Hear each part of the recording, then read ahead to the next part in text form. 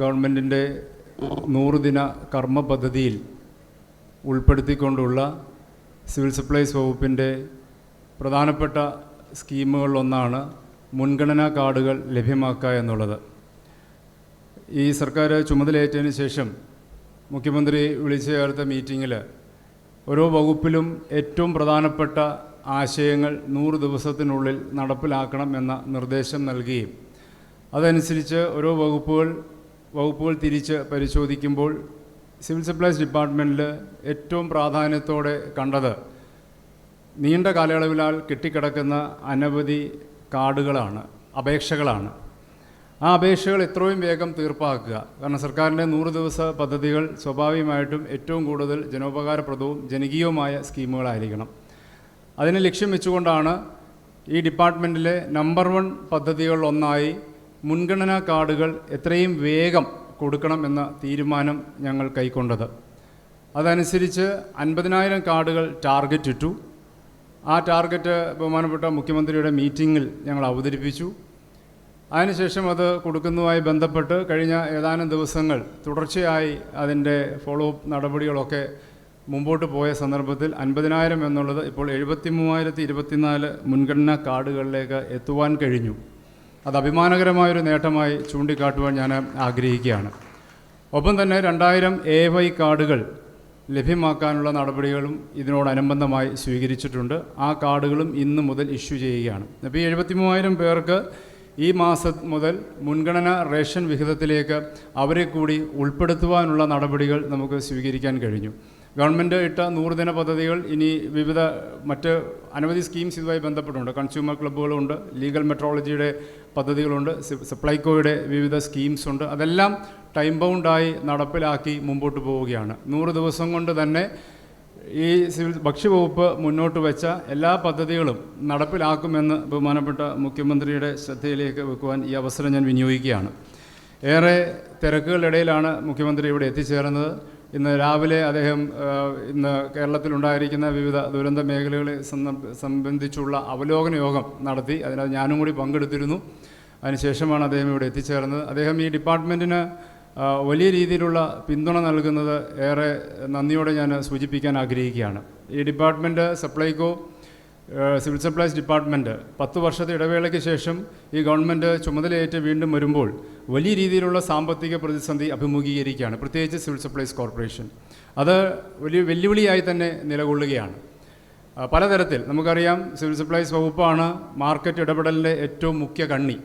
നമ്മുടെ ഉപഭോക്തൃ സംസ്ഥാനമായ കേരളത്തിൽ അന്യ സംസ്ഥാനത്തുണ്ടാവുന്ന മാറ്റങ്ങൾ പോലും നമ്മുടെ വിപണിയിൽ പ്രതിഫലിക്കും. വില വ്യതിയാനങ്ങൾ ഉണ്ടാവും. അതിനെ സംബന്ധിച്ച് അതിനെ നിയന്ത്രിച്ച് നിർത്താനുള്ള ഏറ്റവും ഭാരിച്ച ഉത്തരവാദിത്തം നിറവേറ്റി മുമ്പോട്ട് പോകുമ്പോൾ സാമ്പത്തിക പ്രതിസന്ധികൾ ഉണ്ടെങ്കിൽ പോലും അത് തടസ്സമാവാതെ ഒരു ക്ഷേമ പ്രവർത്തനങ്ങളെയും, സർക്കാരിൻ്റെ ഒരു സാമ്പത്തിക പ്രതിസന്ധിയും ഗവൺമെൻറ്റിൻ്റെ ക്ഷേമ പ്രവർത്തനങ്ങളെ ബാധിക്കരുത് എന്ന ലക്ഷ്യം ഈ ഗവൺമെൻറ് ഉണ്ട് എന്നതിൻ്റെ അടിസ്ഥാനത്തിലാണ് ഈ ഓണക്കാലത്ത് 253 കോടി രൂപയാണ് ധനകാര്യ വകുപ്പ് വളരെ വേഗതയിൽ തീർപ്പ് കൽപ്പിച്ച് ഇന്ന് അനുവദിച്ച് സപ്ലൈകോയ്ക്ക് നൽകിയിരിക്കുന്നത്. ഒപ്പം തന്നെ സിവിൽ സപ്ലൈസ് റേഷൻ കടയിലൂടെ വിതരണം ചെയ്യുന്ന എല്ലാ വിഭാഗ കാർഡുടമകൾക്കും അധികമായ രീതിയിൽ അരി ലഭ്യമാക്കാൻ OMS സ്കീമിലും അധിക വിഹിതമായും ഒക്കെ ലഭ്യമാക്കാനുള്ള നടപടികൾ സ്വീകരിച്ചിട്ടുണ്ട്. അതും ധനകാര്യ വകുപ്പിൽ ഇന്നലെയും കൂടി ഒരു ഉത്തരവ് വളരെ വേഗതയിൽ മുഖ്യമന്ത്രി ഇടപെട്ട് ലഭ്യമാക്കിയത് ഞാൻ ഓർക്കുകയാണ്. അപ്പോൾ തീർച്ചയായിട്ടും മാക്സിമം കാര്യങ്ങൾ ഗവൺമെൻറ്റിന് ഈ പ്രതിസന്ധികളുടെ ഇടയിലും കൊടുക്കാൻ കഴിയുന്ന മാക്സിമം തുക ഡിപ്പാർട്ട്മെൻറ്റിലേക്കും സിവിൽ സപ്ലൈസ് കോർപ്പറേഷനിലേക്കും നൽകി ഈ ഓണക്കാലത്ത് ഫെസ്റ്റിവൽ സീസണെ വളരെ കൃത്യതയോടെ നേരിടാനുള്ള നടപടികൾ ഇപ്പോൾ സ്വീകരിച്ചു വരികയാണ്. 8-ാം തീയതി ഓണ ഫെയറുകൾ ആരംഭം കുറിക്കുകയാണ് മെട്രോ നഗരങ്ങളിൽ. 12-ാം തീയതിയോടെ എല്ലാ ജില്ലാതല ഫെയറുകളും, അതിനുശേഷം ഓണത്തോടനുബന്ധിച്ച് 6 ദിവസം, നേരത്തെ 4 ദിവസം വരെ നിന്നിരുന്ന നിയോജകമണ്ഡലം ഫെയറുകൾ 6 ദിവസം വരെ ദൈർഘ്യത്തോടെ ഇപ്പോൾ ലഭ്യമാക്കാനുള്ള നടപടികൾ നമ്മൾ സ്വീകരിച്ചിരിക്കുകയാണ്. അപ്പോൾ സ്വാഭാവികമായിട്ടും അതുവഴിയൊക്കെ നമുക്ക് കൂടുതൽ കൃത്യതയോടെ വിപണിയെ നമുക്ക് കൊണ്ടുവരാൻ, വിപണിയുടെ നിയന്ത്രണം കൊണ്ടുവരാൻ നമുക്ക് സാധിക്കും. സപ്ലൈകോയിലൂടെ പ്രത്യേകിച്ച് ഈ ഓണക്കാലത്ത് സെപ്റ്റംബർ മാസത്തെ അലോട്ട്മെൻറ്റും കൂടി ആവശ്യമുള്ളവർക്ക് ഓഗസ്റ്റിൽ വാങ്ങാനുള്ള അവസരം കൊടുത്തിട്ടുണ്ട്. ആ റേഷൻ കടയിലൂടെ വിതരണം ചെയ്യുന്ന പോലെ OMS നിരക്കിലുള്ള അരി 27 രൂപ നിരക്കിൽ അതും സപ്ലൈകോ മാവേലി സ്റ്റോറുകൾ വഴി ഓരോ കാർഡ് ഉടമയ്ക്കും ലഭ്യമാകും. അപ്പോൾ 1,60,5000 മെട്രിക് ടൺ അരിയാണ് ഈ ഓണക്കാലത്ത് വിപണിയിലേക്ക് ഗവൺമെൻറ് ലഭ്യമാക്കിയിരിക്കുന്നത്. സ്വാഭാവികമായിട്ടും അത് ജനങ്ങളെ സംബന്ധിച്ച്, ഉപഭോക്താക്കളെ സംബന്ധിച്ച് വലിയ ആശ്വാസമാവും എന്ന് തന്നെ ഞാൻ കരുതുകയാണ്. ഞാൻ ദീർഘമായ മറ്റ് വിഷയങ്ങളിലേക്ക് കടക്കുന്നില്ല. ഇത് ഇനി അങ്ങോട്ടുള്ള ഒരു വലിയ മാറ്റം ഈ വകുപ്പിൽ കൊണ്ടുവരേണ്ടതായിട്ടുണ്ട്. മുഖ്യമന്ത്രി തന്നെ അതിനെ സംബന്ധിച്ചുള്ള വിവിധ നിർദ്ദേശങ്ങൾ നൽകിയിട്ടുണ്ട്. സപ്ലൈകോയെ സ്വയം പര്യാപ്തമാക്കുന്ന അടക്കമുള്ള പദ്ധതികൾ സ്വയം പര്യാപ്തമാക്കി കൂടുതൽ വരുമാനം ലഭ്യമാവുമ്പോൾ ആ വരുമാനം വീണ്ടും 13 സബ്സിഡി സാധനങ്ങളിലേക്ക് തന്നെ റീപമ്പ് ചെയ്ത് കൊടുക്കുകയാണ്. അതായത് തിരിച്ച് ഉപഭോക്താക്കളിലേക്ക് തന്നെ. സപ്ലൈകോയ്ക്ക് ഏതെങ്കിലും തരത്തിൽ ഒരു വരുമാന വർധനവ് വന്നാൽ ആ വർധനവ് തിരിച്ച് ജനങ്ങളിലേക്ക് തന്നെ സബ്സിഡി സാധനങ്ങളിലൂടെ കൊടുക്കാൻ പോകുന്നു എന്നുള്ളതാണ് അതിൻ്റെ ഏറ്റവും പ്രത്യേകമായി ഞാൻ ചൂണ്ടിക്കാട്ടാൻ ആഗ്രഹിക്കുന്നത്. എന്തായാലും ഒരു പൂർണ്ണമായ ഒരു പുതിയ മാർക്കറ്റിംഗ് സ്ട്രാറ്റജിയിലേക്ക് സപ്ലൈകോയെ ഉയർത്തിക്കൊണ്ടുവരും. സ്വാഭാവികമായിട്ടും കേന്ദ്രത്തിൽ നിന്നൊക്കെ അലോട്ട്മെൻറ്റിൽ വലിയ രീതിയിലുള്ള പ്രതിസന്ധി നമ്മൾ അഭിമുഖീകരിക്കുന്നുണ്ട്. അങ്ങനെയുള്ള വിഷയങ്ങൾ, അലോട്ട്മെൻറ്റ് കുറയുന്ന അടക്കമുള്ള കാര്യങ്ങളൊക്കെ വലിയ ആശങ്ക ഉളവാക്കുന്നതാണെങ്കിൽ പോലും അതൊക്കെ അഭിമുഖീകരിക്കാനും അതിനെ മറികടക്കുവാനുമുള്ള പദ്ധതികൾ തീർച്ചയായിട്ടും ഗവൺമെൻറ്, കേരള സർക്കാർ ആവിഷ്കരിക്കും.